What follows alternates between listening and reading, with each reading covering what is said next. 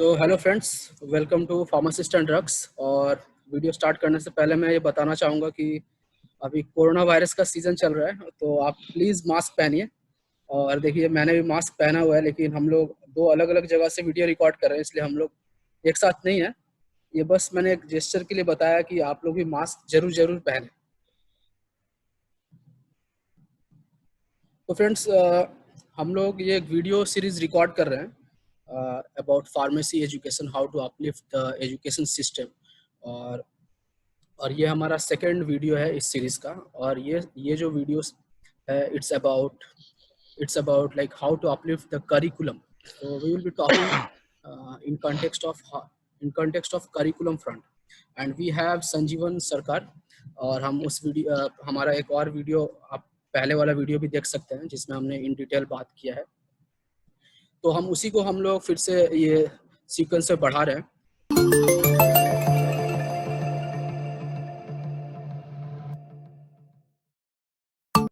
Welcome you all to another interesting session. मैं पहले ही बता रहा हूँ कि हम लोग का काफ़ी ये फॉर्मल सेशन है। हम लोगों ने इसको कोई यहाँ पे पॉलिशिंग किया नहीं है। जो प्रैक्टिकल चीज़ें हैं वही आपसे शेयर हो रही है। अगर आपको अच्छा लगता है तो आप बने रहिएगा वीडियो वगैरह।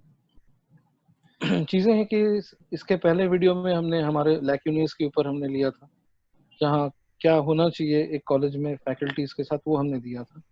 अब यहाँ हम सेकेंड इसमें आ जाते हैं डेलिब्रेशन में, जहाँ हमारा करिकुलम फ्रंट में, अगर एक इंस्टीट्यूट में कुछ करिकुलम रन कर रहे हैं, सॉरी, करिकुलम फ्रंट में क्या चीजें होना चाहिए उसको हम लोग लेते हैं।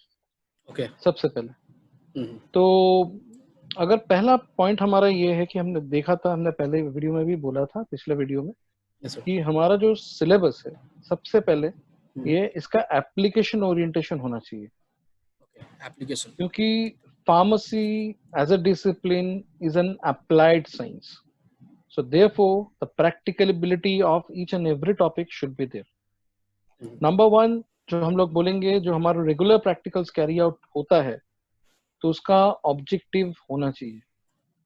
वही एक्सरसाइजेस को लें, वही एक्सपेरिमेंट्स को आप ऑलरेडी है, रहता है, नो डाउट। मैं ये नहीं बोलूंगा कि इतने सालों से तो हो रहा है वो चीजें, लेकिन अब ये समय आ गया है कि आप उसको रिडायरेक्ट करें टू द इंडस्ट्रियल फ्रंट।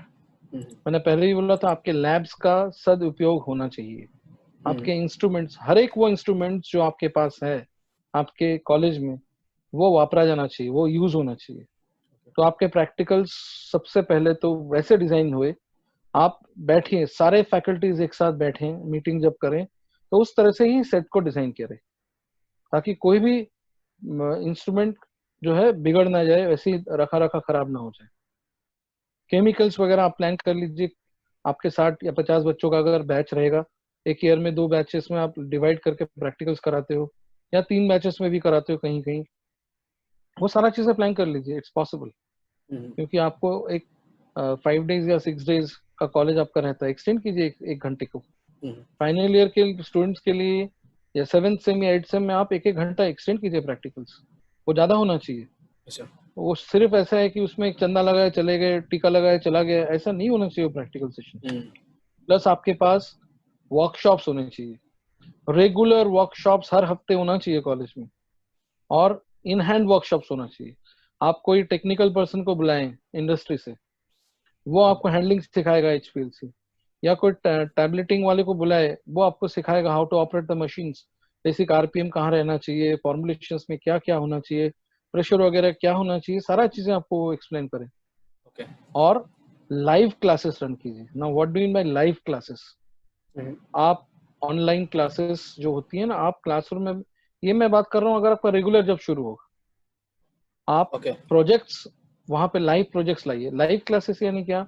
आप एक लैब में बच्चों को बैठाएं और वहां से कहीं भी इंडस्ट्री के साथ कनेक्ट करवाए। देखिए वहां पे किस तरह से वो लोग बैच को ले रहे हैं, किस तरह से एक ट्रीटमेंट प्लांट में, एक वाटर फ्लो इंजेक्शन के ट्रीटमेंट प्लांट में किस तरह से बॉयलर को हैंडलिंग किया जा रहा है। इस तरह के छोटे छोटे, कहीं अगर वो कोई से ICU का है तो ICU में एक ICU फार्मासिस्ट का क्या रोल है, लाइव सेशन करिए आप कर सकते हो आराम से। आज के डेट में आपके पास टेक्नोलॉजी अवेलेबल है, आप जूम सेशंस करिए।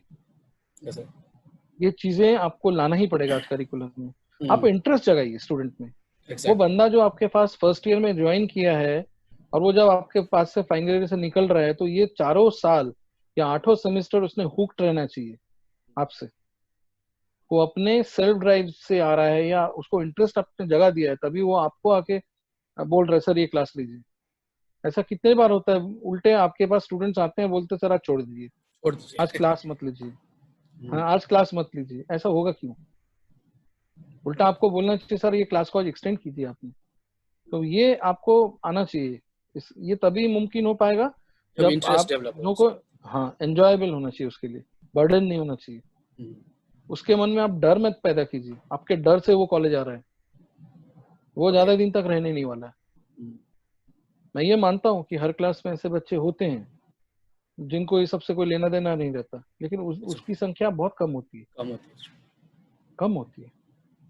ऑफ कोर्स जो ड्राइव क्लासेस, वर्कशॉप्स। प्राइवेट हाँ। कॉलेजेस में जिसने भी फीस इन्वेस्ट किया है उनको तो एटलीस्ट हम्म। नौकरी के लिए पढ़ना है एटलीस्ट, तो उसके लिए तो बात वही है। एप्लीकेशन चाहिए सर, एप्लीकेशन बेस्ड। एग्जैक्टली। और मुझे ये बताइए, ये जो अभी चल रहा है कोविड-19 का फेज, यहाँ पे हर सेमेस्टर रन हो रहा है और ऑनलाइन क्लासेस हो रही हैं, तो इसको एक निर्देशिका दिया हुआ है, लोग वेबिनार्स कर रहे हैं, सेमिनार्स हाँ कर रही हो रहा है। बच्चों से फीडबैक लिया आप? एग्जैक्टली। उनको उनको अच्छा लग रहा है कि नहीं? कितने लोगों ने लिया है? You are doing your part.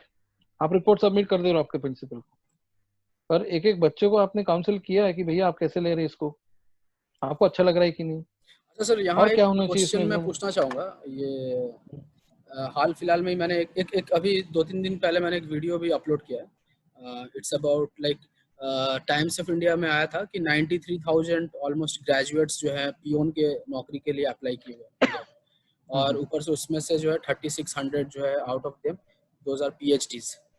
तो इसका मतलब कहाँ ये भूल रह गया? या तो स्टूडेंट पढ़ा नहीं, या प्रोफेसर पढ़ाया नहीं, या फिर पढ़ा तो समझ में नहीं आया, या कॉन्फिडेंस डेवलप नहीं हुआ। There are so many factors. तो यहाँ सारे क्वेश्चंस अभी भी अराइज हो रहे हैं। तो एग्जैक्टली ऐसा क्या सिचुएशन हो रहा है कि इवन बहुत सारे मैं स्टूडेंट्स को देखा हूँ जो B.Pharm पढ़ने के बाद या तो बैंक के नौकरी के लिए अप्लाई कर रहे हैं, या फिर ये कहीं किसी और सेक्टर में जाना चाह रहे हैं, ग्रामीण बैंक या समथिंग। तो उनको ऐसा क्या है कि साइंस के प्रति उनका रुझान नहीं रहा। ऑफ कोर्स अगर वो कुछ वो बड़ा तो किए होंगे, उनके पैशन, जैसे कोई अगर मान लीजिए म्यूजिशियन बनता है तो इट्स काइंड ऑफ रीजनेबल कि हाँ उसको पैशन था, वो इसलिए म्यूजिक में चला गया इसमें। लेकिन ऐसा क्या डेवलप हुआ कि सर वो अब वो ये इससे भी नीचे चला गया? मतलब मैं ऑफ कोर्स उसको डिमिन नहीं कर रहा हूँ, लेकिन वो दूसरे लाइन में ही चला गया, उसको यहाँ डेवलप नहीं हुआ इंटरेस्ट। वो तो खामी फैकल्टीज में रही ना। 4 साल वो आपके साथ था, हम्म, 4 years he was with you, hmm, you didn't pay a heed to him, okay you didn't thought of him कि वो ओके क्या करेगा आगे जाके।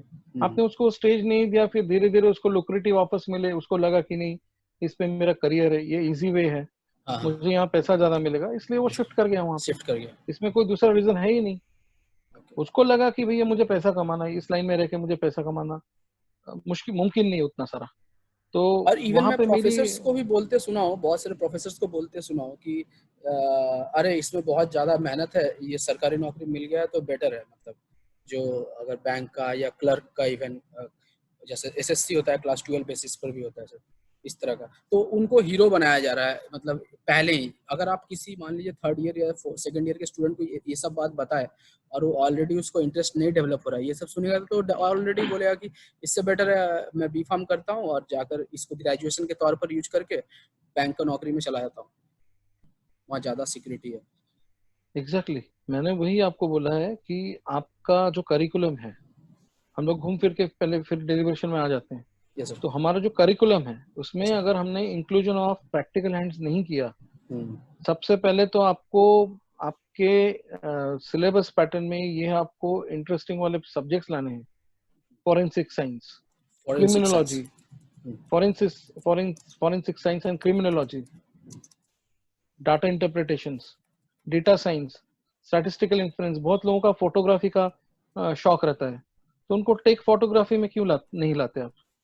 एग्जैक्टली एग्जैक्टली सर, जैसे फोटोग्राफी हाँ। में बहुत सारे लोग हाँ। इवन कैंसर के पेशेंट्स को डायग्नोस करने के लिए कॉन्फोकल माइक्रोस्कोपी हम्म। होता है। तो यहाँ जैसे मैं जिस हम्म। यूनिवर्सिटी में हूँ वहाँ एक पर्टिकुलर हम्म। डिवीजन है जहाँ पर इमेज हम्म। एनालिसिस होता है। वहाँ पर एग्जैक्टली।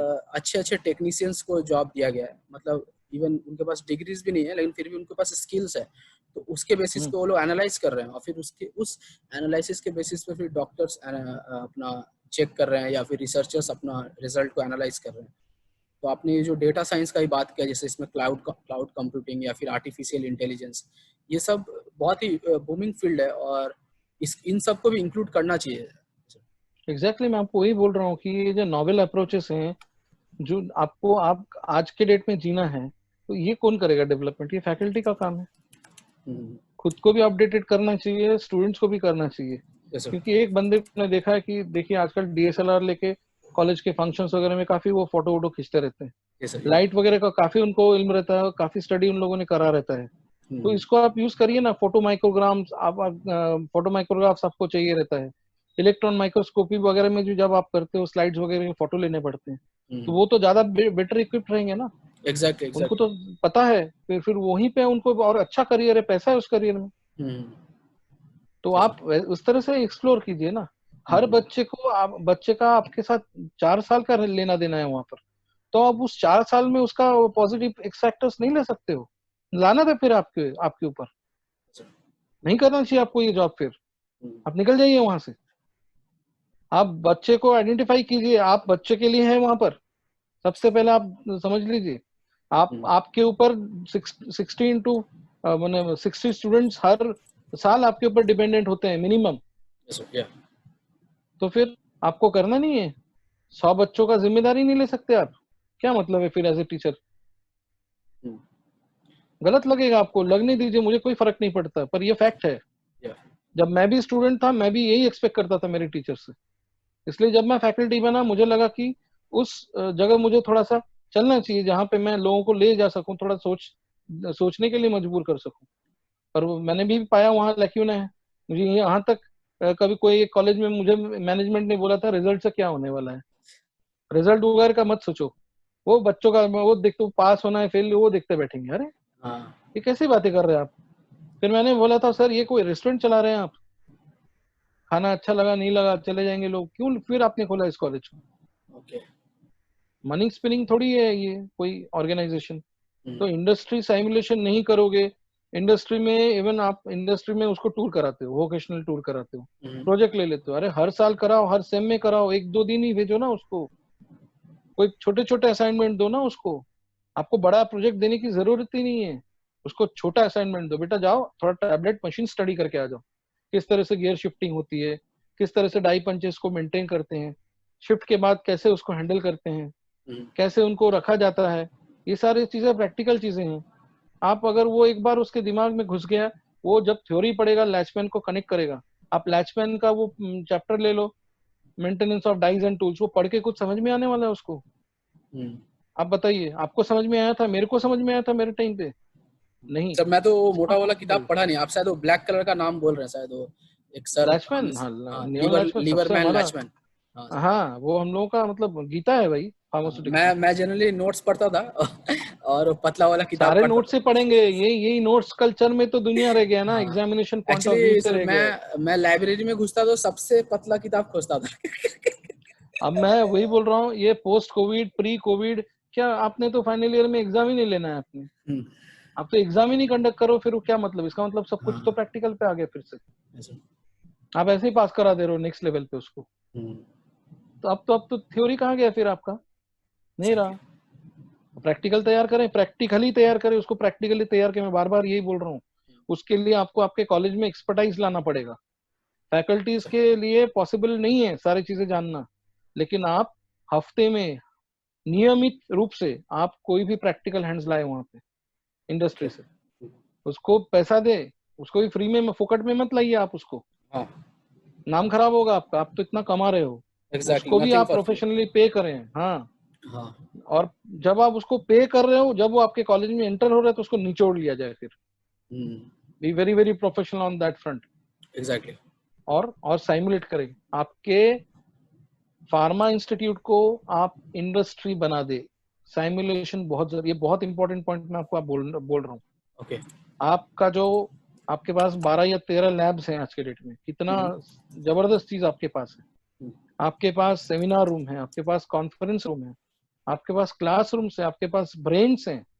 आपके पास केमिकल्स वगैरह सारे चीजें हैं, तो इतना सब रहने के बाद आप क्यों नहीं इसका यूटिलाइजेशन करते हो? आप डिजाइन करें इसको इंडस्ट्रियल सिमुलेशन, एकदम जैसे इंडस्ट्री में रॉ मटेरियल को हैंडलिंग होता है, फिनिश प्रोडक्ट को हैंडलिंग होता है, क्यूए क्यूसी जिस तरह से काम करते हैं, आईपी क्यूएसी, आईपी क्यूए और भी बहुत सारी चीजें डिपार्टमेंट से किस तरह से फंक्शंस करते हैं, पैकेजिंग साइमल कीजिए ना आपको। फार्माकोलॉजी के एक्सपेरिमेंट्स आप किस तरह से डिजाइन करते हैं, वो लथड़े पूरे माइस पकड़ पकड़ के लाते हो, और अल्बिनो माइस क्या करते हैं उनके साथ उनको भी नहीं पता है। ऐसे उल्टे पुल्टे एक्सपेरिमेंट्स क्यों डिजाइन कर रहे हैं आप? जो ड्रग्स का तो हो चुका है, अभी आप न्यू ड्रग एप्लीकेशन की तरफ फोकस कीजिए ना। एग्जैक्टली। किस तरह से क्लिनिकल ट्रायल्स होते हैं, इतने सारे सीआरओ से, आप कोई भी हॉस्पिटल वगैरह से सीआरओ से कर लीजिए, वहां पे इनको एक्सपोजर दीजिए बच्चों को। बायोफार्म के प्रैक्टिकल्स आप सेटअप कीजिए, इनविट्रो वगैरह जो भी करें, या इन वाइवो या एक्स वाइवो करिए तो सही। ह्यूमन वॉलंटियर्स कहाँ जो स्टडी होता है भेज दीजिए बॉम्बे। अभी पॉसिबल नहीं है, ठीक है, कोविड, मैं समझ सकता हूँ, पर कभी ना कभी तो ये सिचुएशन इंप्रूव हो गया, प्लानिंग तो रखें। हाँ, बहुत सारे क्लिनिकल ट्रायल्स चल रहे हैं, जैसे कि बायो अवेलेबिलिटी टेस्ट भी होता है। जरूरी नहीं है कि किसी पेशेंट वाले पे ही जाना है, फेज 2 या फेज 3। बहुत सारा जैसे बायो अवेलेबिलिटी टेस्ट तो जनरली कॉपी ड्रग के लिए यूज होता है, तो उसमें भी इजीली अवेलेबल हो जाते हैं अगर कोई कोलैबोरेशन करे, या फिर एटलीस्ट, क्योंकि उसमें ऑब्वियसली मैनेजमेंट का एक बड़ा रोल रहता है कि उनको थोड़ा पेमेंट देखिए, करना पड़ेगा। मैनेजमेंट ने सब कुछ सेटअप करके दिया रहता है आपको, वहां पे फंक्शनल चीजों को भी दिया गया है इसको। आपके पास फैकल्टीज है, प्रिंसिपल, लैब्स, केमिकल्स, वो लोग तो हर जगह इंटरफेयर नहीं करते, लेकिन जब आप वहाँ पे प्रिंसिपल, फैकल्टीज, इतनी बड़ी टीम आपके पास होते हैं, लैब टेक्नीशियंस होते हैं, इनको सभी को एक प्लेट में लीजिए ना, प्लेटर में लीजिए ना, इनको यूज कीजिए ना। वो ब्रेन को ईगो छोड़कर जो है एक जगह लाइए ना, ये कहीं नहीं हो पा रहा है। मैं भी यहाँ बोल रहा हूँ, बोले ही जा रहा हूँ, ये तो शायद उसका कोई सुन ले बोलने का सर, कुछ नहीं। शायद कोई शायद हमारा कोई बात सुन ले। सुन। हाँ। क्योंकि मैंने तो करा था, मैं तो लड़ के किया था पिछले जो मेरा स्टिंट था जो कॉलेज में, मैं हर एक फाइनल ईयर के बच्चों को 60 बच्चों को 60 प्रोजेक्ट दिया था ओके। बाहर से। और मजे की बात है, इसमें किसी में भी प्रिंसिपल की परमिशन नहीं थी। अच्छा। वो लोग भाग भूग के अपना प्रोजेक्ट किए कंप्लीट, पर उनको फायदा हुआ है। क्या करे, मजबूरी है, इस हाथ नहीं हो तो वहां से निकलना पड़ता, पर मुझे ऐसा करना ही क्यों।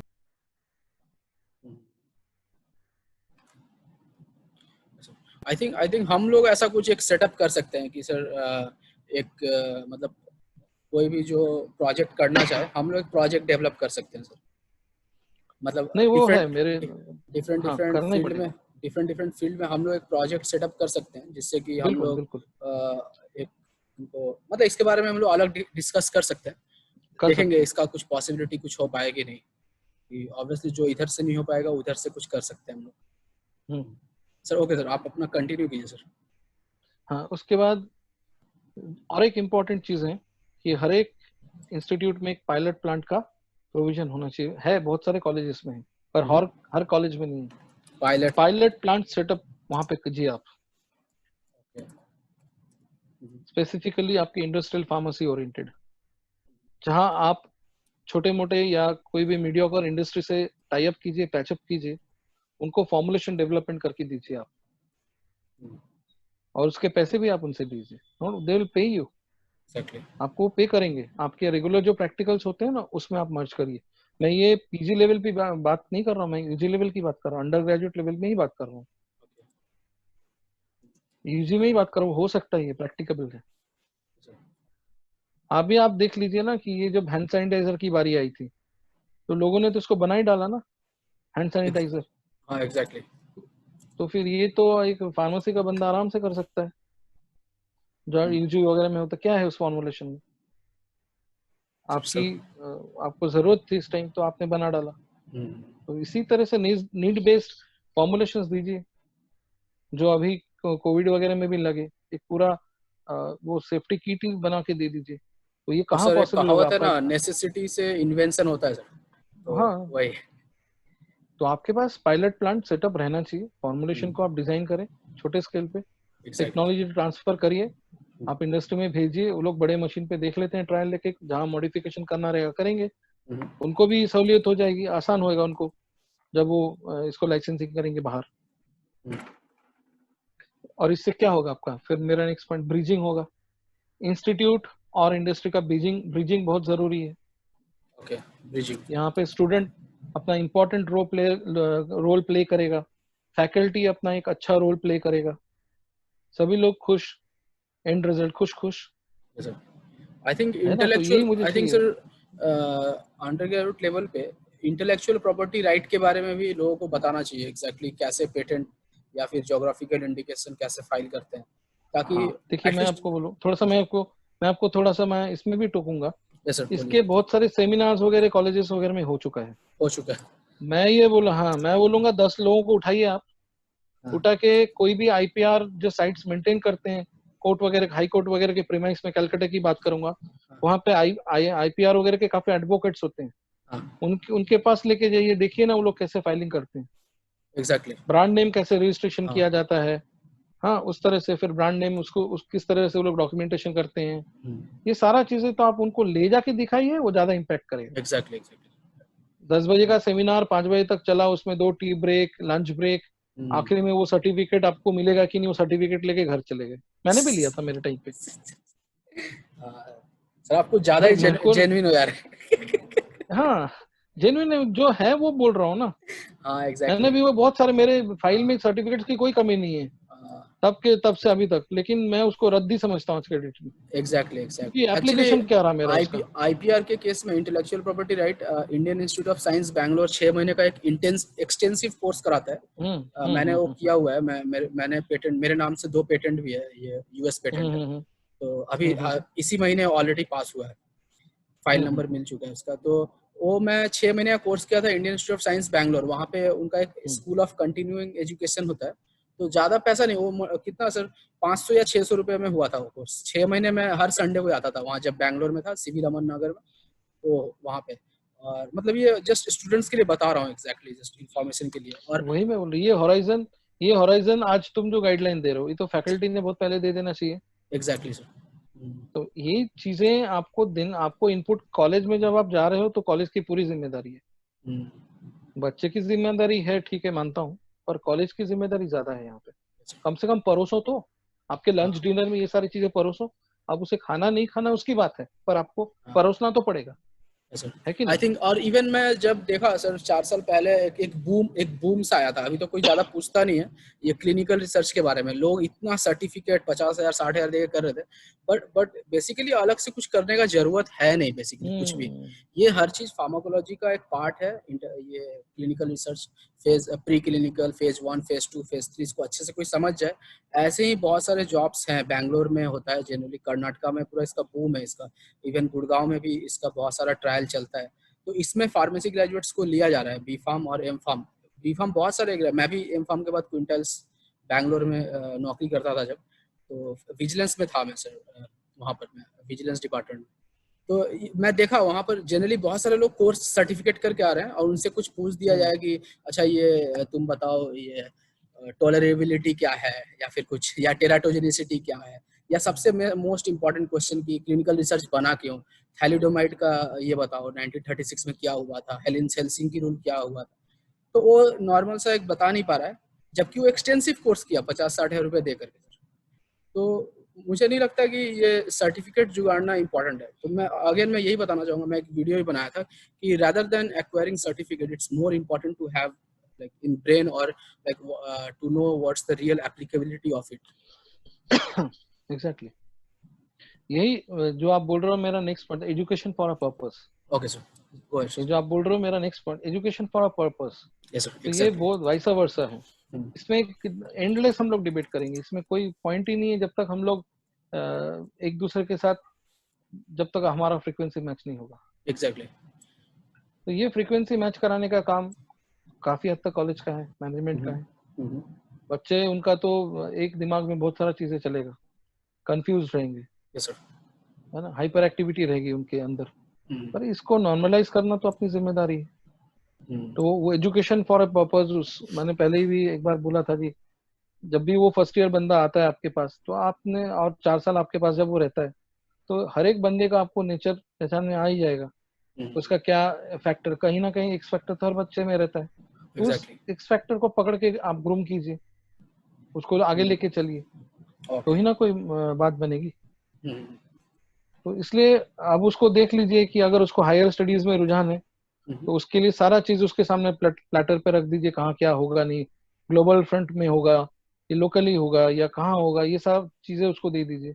और ओके। अगर एम्प्लॉयमेंट के लिए उसको जाना है पर्टिकुलरली, तो आप हायर अप से एकदम एमडी लेवल, इंडस्ट्री में जो एमडी लेवल है जिनका या मालिक है, उनसे आप कांटेक्ट कीजिए, इस तरह से टाई अप कीजिए। नहीं तो ये प्लेसमेंट एजेंसीज बीच में आ जाते हैं, हाँ। फिर कहीं कुछ एक जुगाड़ आ जाता है, ये एक थोड़ा सा हॉरिबल सिचुएशन हो जाता है। अच्छा अच्छा। प्लेसमेंट एजेंसी की कोई जरूरत नहीं पड़नी चाहिए। काफी कॉलेज में वो प्लेसमेंट कंसल्टेंट्स आते हैं, क्या जरूरत है? एक बंदा वहां नौकरी करेगा, उसको अपना पहले महीने का पगार क्यों देगा? तो मैं तो अपने पहला नौकरी जब पाया था, मतलब सेकंड नौकरी बोल सकते हैं, क्योंकि पहला नौकरी हम्म तो मैं ज्वाइन नहीं किया, जो बी फार्म करने के बाद मैं अपोलो में पाया था, हम्म अपोलो फार्मेसी में। हम्म तो लेकिन सेकंड नौकरी जो मेरा, ये क्विंटाइल्स वाला, 600 लोग थे उस टाइम से, और उसमें से उन फिर लोगों ने वो 29 लोगों को सिलेक्ट किया। तो बहुत बहुत ही टफ कंपटीशन था उस टाइम, मैं देखा। तो फाइनली वो हुआ, लेकिन उसमें मैं जो मेन मुद्दा ये देखा कि मतलब फ्रैंकली स्पीकिंग, ये जो मतलब जो आप कॉलेजेस में पढ़ते हैं वाकई काम आ जाता है, ठीक है। कुछ हम्म एक्स्ट्रा पढ़ने की दरकार नहीं, मतलब पढ़िए और हम्म जरूर पढ़िए, लेकिन जो प्रोफेसर्स पढ़ा रहे हैं एग्जैक्टली अगर उस टाइम अगर आप ध्यान दें, उसको जाके थोड़ा सा ब्रशअप कर ले। ज़्यादा पढ़ने का जरूरत भी नहीं है, बहुत ज़्यादा हाईली टैलेंटेड होना नहीं होगा, लेकिन अगर आपको नौकरी करना है तो मेरा ये रिकमेंडेशन है कि एटलीस्ट आप अपने कोर्स को जो है ब्रशअप कर ले, या फिर जो जिस कंपनी में आप इंटरव्यू देने जा रहे हैं उस चीज़ के बारे में जान ले। वो ज़्यादा एक्सपेक्ट नहीं कर रहा है, बाकी सब चीज़ों के लिए ट्रेनिंग दिया जाता है वहाँ पे, 30 डेज का 60 डेज का पूरा जॉब ऑन जॉब ट्रेनिंग रहता है मोस्ट ऑफ द, ये जितने भी अच्छे ये वाइट कॉलर जॉब है सर। और लास्ट एस्पेक्ट में इसमें जाऊंगा कि बहुत इंपॉर्टेंस रखता है, वो है yes sir. Alumni tie ups. Yes, aluminate type. Alumni या एल्यूमिनी टाई अप्स जो होता है, हेलो, यस सर, बोलिए सर, सुन रहा हाँ, ये जो मेरा लास्ट पॉइंट ऑफ डिलिबरेशन इस मुद्दे में है, हूँ। वो है एल्यूमिनी टाई अप्स। ये एल्यूमिनी टाई अप्स काफी इंस्टीट्यूट में फॉर्मेलिटी के हिसाब से रखा जाता है। कोई एक सेमिस्टर में, एक साल में एक कोई एल्यूमिनी मीटिंग होती है, वो भी कोई इंस्पेक्शन का कुछ होगा, वो रिक्वायरमेंट्स के लिए इनको फाइलिंग मेंटेन करना रहता है, इसलिए इनको बुलाया जाता है। ओह अच्छा। ये रियल अच्छा, ये सिनेरियो आपको मैं बता ये रहा हूँ। मुझे नहीं पता था कि इसका भी एक रिक्वायरमेंट है। एग्जैक्टली मुझे लगता था हाँ, शायद शायद मुझे याद कर लिया प्रोफेसर ने इसलिए बुलाया। मैं तो नहीं नहीं किसी सर, एलुमनी मीट में ज्वाइन नहीं नहीं करता मैं बोल सर। रहा हूँ, नहीं एक्रेडिटेशन वगैरह में ये लगता है कि आपका एल्यूमिनी मीट कितने साल में कितने बार होता है, तो सिर्फ वो डॉक्यूमेंट को मैच करने के लिए लोग होता है। मैं आपको बताता हूँ फ्रैंकली, यही है। ओह अच्छा अच्छा अच्छा अच्छा। ये नया, मुझे ये मुझे बहुत पता नहीं गालियां, था सर। इसके बाद मुझे बहुत गालियां पड़ने वाली है, मेरे को मालूम है अच्छे से, पर ये हकीकत अगर नहीं बोलूंगा तो वो ट्रांसपेरेंसी नहीं रहेगी। हाँ एग्जैक्टली एग्जैक्टली सर। तो ये एक्चुअली फिर ये अगर रहना रहेगा सिनेरियो, वो एल्यूमिनियम को ही पता है मुझे एक दिन जाना है बिरयानी खाना है, आ जाना है नाच गा के, सर उसमें भी वो मैं रोल नहीं देखा है। कि सर एल्युमिनी को ही बुलाया जा रहा है और 200 रुपये देना पड़ रहा है सर रजिस्ट्रेशन फीस। तो नहीं ये मुझे देखिए, ये तो मतलब इसके बारे में मैं कुछ बोलूंगा नहीं, ये अलग चीज है। पर रेगुलरिटी, जैसे मैं आपको बोल रहा हूँ आज के डेट में, जैसे आप ये जूम कॉल कर रहे हैं मैं और आप, यस सर। तो आप ये रेगुलर बेसिस पे स्टूडेंट्स के साथ क्यों नहीं होगा? ये होना चाहिए ना, ट्यूटोरियल एग्जैक्टली। क्लास वगैरह जब आपका होता है, आप या वो ऐसी इसी तरह से आप कुकिंग कर लो कोई भी एक एलुमनाई से जो एक अच्छी जगह है, आप इसी तरह से जूम मीटिंग कराओ बच्चों का अपने घर पे, रात को 10 बजे करेंगे वो, व्हाट इज द प्रॉब्लम? पर लिंक कॉलेज प्रोवाइड कर देना। Yes sir. वो एग्जैक्टली। एल्यूमिनी आपका एक्टिव एल्यूमिनी होना चाहिए, और वो भी फोर्सफुल नहीं, भाई तुमको करना ही पड़ेगा, हाँ सदिच्छा से ही आए वो, बिल्कुल।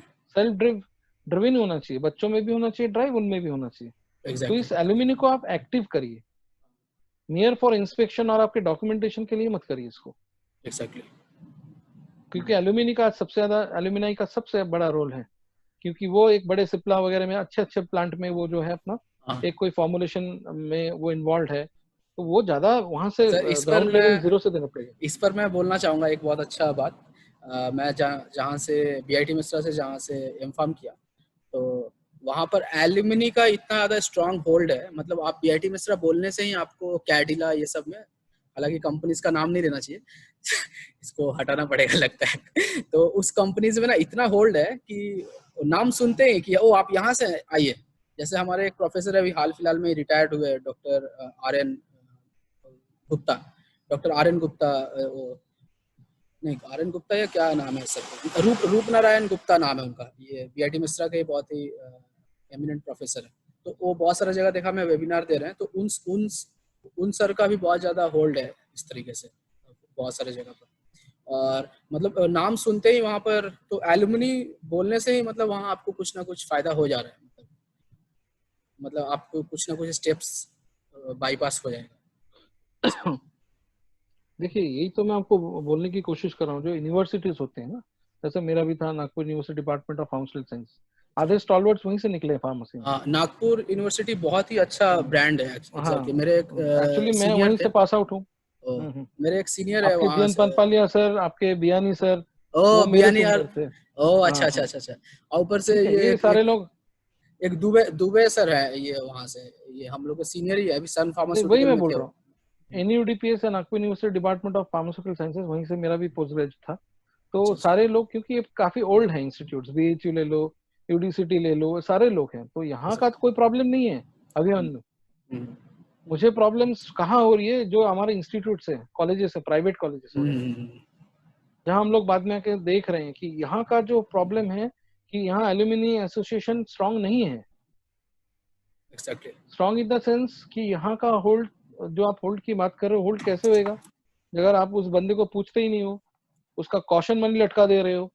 सर ओ सर छोड़िए, इसके बारे में मैं नहीं बोलूंगा कुछ भी नहीं हाँ, बोलूंगा, आप बोलिए नहीं बोलिए। नहीं नहीं, मैं ये नहीं मैं बोल रहा हूँ, आप समझने की कोशिश सर कीजिए ऑफ ऑफ एयर कि बताऊंगा आपको सर कुछ हाँ हाँ, नहीं नहीं, बात उसकी नहीं है, बात ये है कि आप उसको फील गुड कराने में तो उसका भी तो मोटिवेशन होना चाहिए ना। हाँ वो एलुमनाई एग्जैक्टली। आपसे जुड़ेगा तो क्यों जुड़ेगा, आपको कॉलेज के प्रति उसका स्नेह रहेगा तभी जुड़ेगा ना। एग्जैक्टली। अगर उसके उसके पास कुछ बिटर एक्सपीरियंसेस रहा और अच्छे जगह है वो एल्यूमिनाई, तो थोड़ी जुड़ेगा आपसे। तो ये भी तो एक पार्ट है ना, एग्जैक्टली। इसको आप डिनाई नहीं कर सकते, जो डिनाई करेगा वो मूर्ख है। बिल्कुल। आप ह्यूमन इमोशनल सेंटिमेंट्स को क्वेश्चन हाँ सबसे इंपॉर्टेंट आज के डेट सो में, एक्चुअली ये जो सेंटिमेंट्स। कौशल मनी वाला जो बात है ना, कौशल मनी के लिए तो स्टूडेंट्स को बुलाना ही नहीं चाहिए, उनके अकाउंट में ही दे देना चाहिए सर। सर नहीं, कोई भी आपके पास एल्यूमिनाई आता है ना, तो बहुत बिजी है वो बंदा, तो एक एग्जैक्टली। दिन के लिए छुट्टी लेता है और यहाँ पे आता है, तो उसको मैनेजमेंट या कॉलेज में जो अभी एडमिन रहते हैं ना, उनको इमीडिएटली उनको फ्री कर देना चाहिए, सुबह से लेकर शाम तक बैठाने नहीं चाहिए उनको। हाँ क्योंकि 1 या 2 दिन के लिए वो आए हुए हैं घर से किसी को मिलने के लिए, और एक दिन आपका कॉलेज में 6 घंटा चले जा रहा है एक डॉक्यूमेंट लेने के लिए, एक कोई सर्टिफिकेट लेना है उसको। वो तो पहले ही कांटेक्ट करके ही आपसे आ रहा है ना, आपका टाइम लेके आपके पास आ रहा है। एग्जैक्टली। तो सारा चीज रेडी रखिए। अभी तो आप जब भी आपके कॉलेज में आ रहा है उसी दिन आप एक सेमिनार करवा दीजिए, वो कर लेके जाएगा वहां से, एग्जैक्टली। उसको भी फायदा। तो इस तरह का कुछ हो जाए, क्योंकि सब वो थोड़ा सा गोल गोल घूम रहा है चारों तरफ से। हाँ। सब है, हम्म। एवरीथिंग इज देयर, सब कॉलेज को अच्छा बोलो, सर, क्योंकि देखिए, एक्चुअली एक मैं थोड़ा एक सा चीज। इंटरप्ट करता हूँ। जी सर बोलिए सर। मैंने, मेरे एफिलिएटिंग अथॉरिटीज है एआईसीटी, पीसीआई, पीसीआई को तो मैंने काफी बार लिखा है, बहुत कुछ लेके कोई आंसर आता नहीं है। और एआईसीटी से को एक बार किया था, तो उन्होंने मुझे आंसर दिया, आप जो ये चीजें बोल रहे हो ये हम ऑलरेडी अपने इसमें डिस्कशन कर रहे हैं। और उन्होंने 2 लाइन लिख दिया कि नहीं, आप इस प्रोफेशन के बारे में सोच रहे हो, बहुत अच्छी बात है, और ऑलरेडी हम इसके ऊपर जो है सोच रहे हैं, वो सोच ही रहे हैं, 2 साल हो गया है। अच्छा अच्छा। तो बात यह है कि हम लोग, जो लोग तैर रहे हैं तालाब या नदी में उतर के, हम ही ना आपको गहराई नाप के दे पाएंगे। एग्जैक्टली। आप हमारी सुनते हो नहीं, आप वहां बैठे बैठे अपना प्लान्स करके सब तरफ रोटेट कर देते हो। अरे कस्टमाइजेशन नहीं करोगे क्या, हर इंस्टीट्यूट सेम रहता है। आज मैं यहाँ पे शुद्ध हिंदी में बोल रहा हूँ, इंग्लिश में काफी कम यहाँ पे यूज कर रहा हूँ, कि मुझे रीच करना है, मेरे स्टूडेंट्स तक रीच करना है, जहाँ लैंग्वेज प्रॉब्लम की बैरियर होती है। हाँ I could have continued in English, क्या मतलब है उसको लेके, मुझे इंग्लिश एग्जैक्टली। थोड़ी सिखानी है, मुझे कम्युनिकेशन करनी है उसके साथ, मुझे उसके साथ एक रिपोर्टायर बिल्ड करना है, एक कनेक्शन हाँ। लाना है। तो ये सबसे पहले मैं आपको बोल देता हूँ कि मेरे पास, अगर ये सेशन हम एंड करेंगे तो डबल इन्वर्टेड पंच कमांड्स में टेक्निकल कम्युनिकेशन की बहुत जरूरत है आज के डेट में। Okay. Technical communication with frequency matching, ये लाइन ले लीजिए आप। Okay. Tech communication with, I repeat, tech communication with frequency matching, यही मेरे करिकुलम का मेन पार्ट टेक्निकल होना चाहिए। Communication with frequency matching. Frequency matching, sir ये अगर आपके इंस्टीट्यूट में आ जाए हम्म, तो आपके स्टूडेंट्स बेनिफिटेड होंगे, आप बेनिफिटेड होंगे। Exactly sir.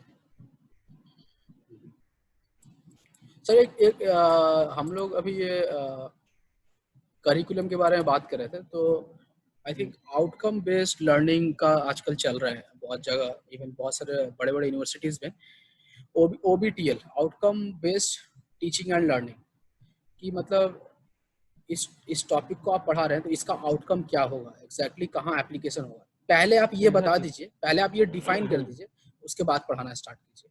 तो आई थिंक ये वाला पॉइंट एक इम्पोर्टेंट है जो कि कॉलेजेस में इम्प्लीमेंट होना चाहिए। वही मैं बोला, ऑब्जेक्टिव ऑफ द स्टडी क्या है, मैंने उसी को ऑब्जेक्टिव करके बोला था कि करिकुलम का ऑब्जेक्टिव क्या है। तो सर हमने इस वीडियो में क्या क्या कवर अप किया है कि जैसे कि एप्लीकेशन बेस्ड अप्रोच आपने बताया सर, फिर आपने बताया कि use of laboratory properly, laboratory का प्रॉपर्ली यूज होना चाहिए करिकुलम में। उसके बाद है forensic science and criminology should be implemented. तो इसका ऑलरेडी मुझे जहाँ तक पता है कि ये गुजरात में शायद एक कॉलेज है, गुजरात फॉरेंसिक यूनिवर्सिटी। नहीं, मैंने सिर्फ एक आपको थोड़ा सा इंटरप्ट करता हूँ, एक एप्लीकेशन का एक सिर्फ मैंने आपको एक मुद्दा बोला है। हाँ, ये ढेरों एप्लीकेशन है। ओके, ढेरों एप्लीकेशन, मतलब हाँ, ये इस तरह से बहुत सारी चीजें हैं। ओके, सो मिलिट्री फार्मेसी है, यस सर, मिलिट्री फार्मेसी है ना, तो सैटेलाइट फार्मेसी है, ये सारे के साथ आप उसको जोड़ो। सैटेलाइट, फिर न्यूक्लियर फार्मेसी, बहुत सारे फील्ड है, तो these are one of the many. आपने फिर हम लोगों ने डिस्कस किया कि डेटा साइंस इंप्लीमेंट होना चाहिए, फिर डेटा एनालिसिस, फिर डिफरेंट टाइप ऑफ स्किल्स जो है उन सब का एटलीस्ट डिस्कशन होना चाहिए, और ताकि उनका प्रैक्टिकल अप्रोच पता चले स्टूडेंट्स को भी जब उनको पढ़ाया जाए। और आपने बताया कि एक सिमुलेशन होना चाहिए एजुकेशन का और एप्लीकेशन का। उसके बाद है कि पायलट प्लांट सेटअप होना चाहिए जो कि इंडस्ट्रियल फार्मेसी से रिलेटेड होगा अंडर ग्रेजुएट लेवल में। उसके बाद टेक्नोलॉजी ट्रांसफर का हमने बात किया, और there should be a bridge between the again industry and this education sector. और फिर मैं भी थोड़ा सा आपको बताया था कि कुछ पेटेंट या IPR का हम इम्प्लीमेंट कर सकते हैं, और एजुकेशन फॉर अ पर्पस, ये आपने बताया है। और एक स्ट्रॉन्ग टाई अप होना चाहिए, सिर्फ एल्यूमिनी दिखावा के लिए नहीं होना चाहिए, जैसा आपने बताया। ये मुझे भी पहली बार जान के ताज्जुब हुआ कि एक रिपोर्ट फाइलिंग के लिए होता है। मुझे लगता था कि प्रोफेसर शायद याद कर रहे हैं इसलिए देखना मिलना चाह रहे हैं। उसके बाद है, मैंने बोला ना, मतलब ये चीजें थोड़ा सा मतलब बनावटी लगती है, इसको प्रैक्टिकल एप्लीकेबल कीजिए, इसका बहुत बड़ा इंपॉर्टेंस है, बहुत बड़ा है।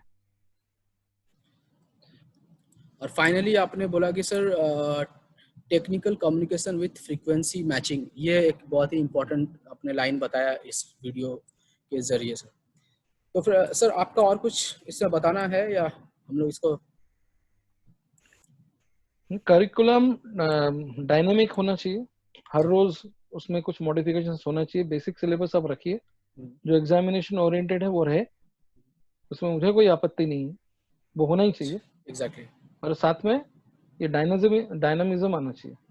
हाँ, ओके सर। तो technical communication with a frequency matching. So friends, thanks for watching this video. We have other videos as well in this series, and please do watch as well. तो उसको भी देखिए आप, और अगर आपको ये वीडियो अच्छी लगी तो प्लीज़ शेयर कीजिए, और अगर आप हमारे चैनल पे नए हैं तो प्लीज़ सब्सक्राइब कीजिए। वो लाल वाली जो बटन है उसे दबाइए, किसी भी तरीके से दबाइए, लेकिन दब जाना चाहिए। और अगर कोई भी क्वेश्चन हो please comment in the comment box, and you can also follow us on Facebook and Instagram. मिलते हैं अगले वीडियो में। नमस्कार।